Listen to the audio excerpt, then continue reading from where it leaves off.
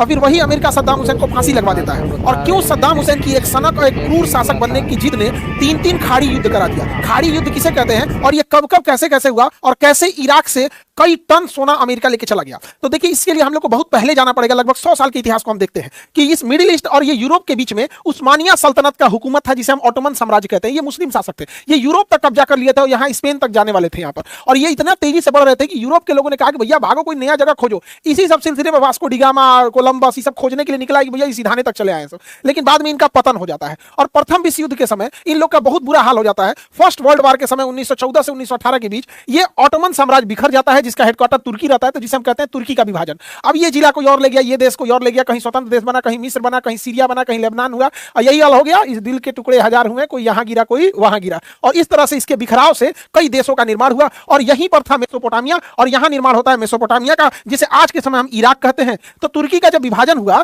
तो ब्रिटेन ने कहा कि ये वाला एरिया हम रखेंगे, तो इस इराक को ब्रिटेन अपने पास रख लेता है प्रथम विश्व युद्ध के बाद, और यहीं से मेसोपोटामिया से बनता है वहां पर इराक। लेकिन ब्रिटेन जो होता है 1932 में इराक को आजाद कर देता है। 1932 में इराक आजाद हो जाता है और 1932 से 1958 तक यानी 30 सालों तक इराक पर किसी चुनी हुई लोकतंत्र का सरकार नहीं रहता है, बल्कि वहां राजशाही आ जाती है, मोनार्की आ जाती है, और वहां शासक बनते हैं फैसल प्रथम 1935 में, गाजी प्रथम 33 से लेकर 39 तक, और उसके बाद अंतिम राजा होते हैं फैसल द्वितीय। ये 1939 में जब गद्दी पर बैठते हैं तो उनकी उम्र रहती है 4 साल। बाबू रहता है अपने चाचा के गोदी में बैठल रहता है, और जब ये 23 साल का होता है तो इसी का सेनापति, छोटी उम्र में 23 साल के एज में बेचारे को, इसी का सेनापति जो रहता है अब्दुल करीम कासिम ने 1958 में इस करीम कासिम ने इसकी हत्या कर देती है 23 साल की उम्र में हत्या करके, और ये करीम कासिम सत्ता में आ जाता है। और इस प्रकार से राजशाही बदल जाती है सैनिक तानाशाही में, यानी जनता को कोई फर्क पड़ने वाला नहीं है। अब्दुल करीम कासिम एक क्रूर शासक था और ये अच्छे से शासन कर रहा था 10 सालों तक। लेकिन 10 सालों तक जब इसने शासन किया, जनता पर अत्याचार ज्यादा किया, तो इराक में एक नई पार्टी का गठन हुआ, उसका नाम था बाथ पार्टी।